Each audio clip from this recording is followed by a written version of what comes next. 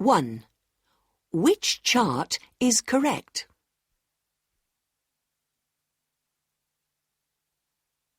And I'm pleased to announce that we've had a small but steady increase in ice cream sales in spite of the unusually low temperatures in the last 3 months. We'll see whether this trend continues. 2. What kind of packaging do they decide to use?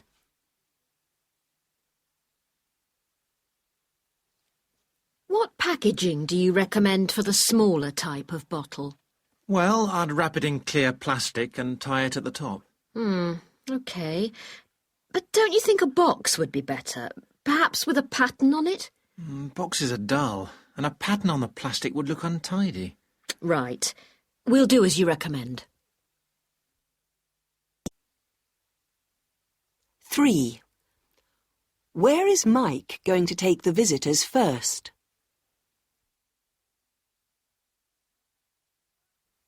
Mike, could you show some people round the factory tomorrow? Certainly. The usual tour from reception to the warehouse? They're particularly interested in our production technique, so I would start there. OK, and then through customer relations and into the warehouse. Thanks. 4. Who is Anne going to write to?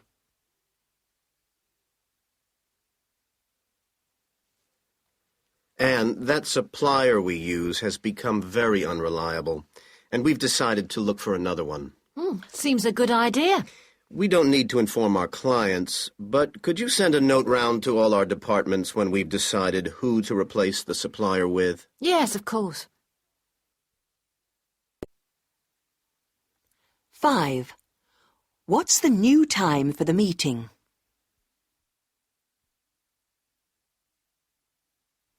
What time's the MD back tomorrow? Just after lunch, I think. Why? Well, I've got a meeting tomorrow at 2:15, but I need to be here when the MD arrives. Oh, I'll rearrange my meeting for 3. Well, Paul's coming to that meeting and he has to leave early. OK, I'll make it 2:45 then. 6. Which product has been the most successful?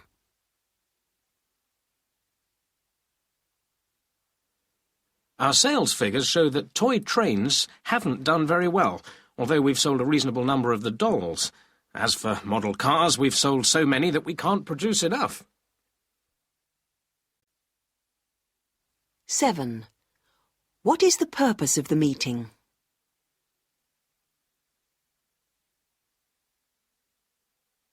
We've got to fill those vacancies in research urgently. That's why today's meeting is so important. Yes, but the advertisement's only just gone out. Why discuss the interviews now? The closing date is next Friday. It will take us a day to look at the applications. If we decide on the interview questions today, that'll save time. 8. Which chart shows the company's market share this year?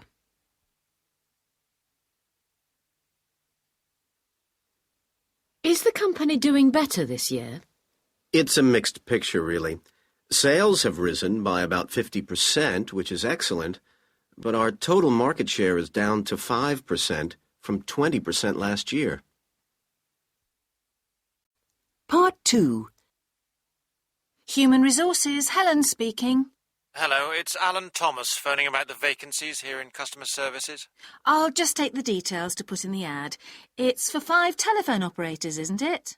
It was 5, but we're busier now, and also 2 staff are leaving this week, so we need 8 new people. OK, I'll put that.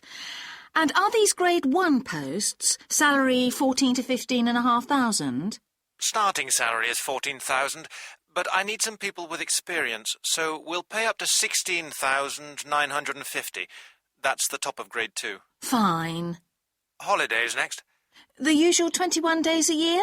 Actually, the telephone staff are working longer shifts now, so they get an extra 12 days off a year. Together it's 33 days. OK.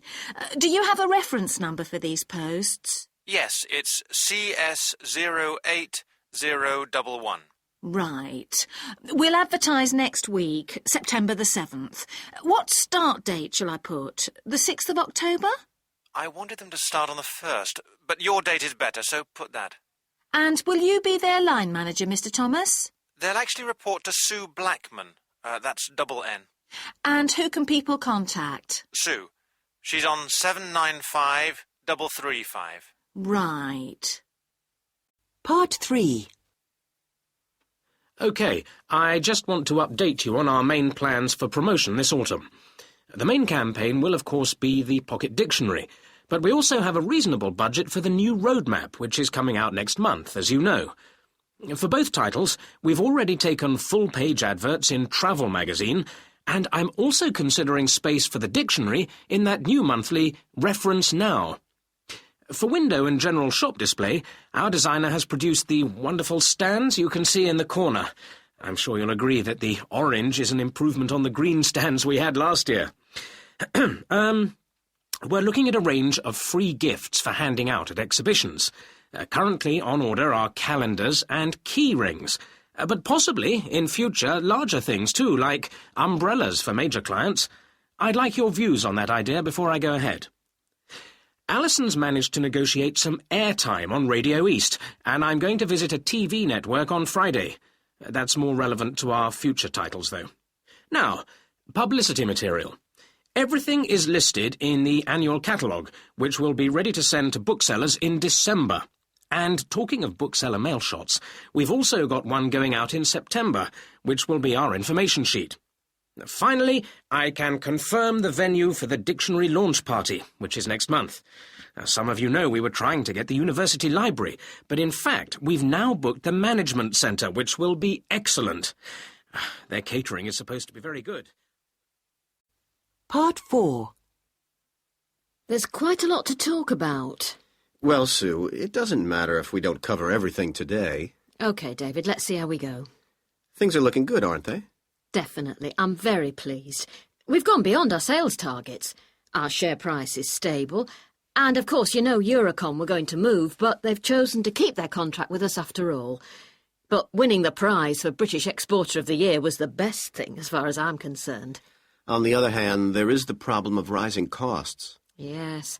Even though we avoided another rent increase. But all those expensive newspaper advertisements. Yeah, that's the real problem. Although they are partly balanced by the decrease in import duties. Meanwhile, you want to limit our expenses where possible. Yes, certainly. Actually, the budget for entertaining clients is fairly reasonable and very necessary. It's the cost of phone calls that worries me. It seems far too high. Everyone should be using email wherever possible if you want to save on communications generally. We've already got cheaper paper from the printers, which is a start. True. Now, on to training. We need to be clear where this demand for training is coming from. Well, our own success, basically. Our customer base is expanding all the time. Our staff... Who are up to date with new computer applications. Yes, they're okay for that. But they have had to deal with all these new clients. They'll need a wider range of skills than they have at the moment. We should contact the business school. Perhaps they could send us some of their trainers. Or what about the courses they run? But then again, it seems a pity not to use our own training department. Doing it ourselves, you mean? Well, yes.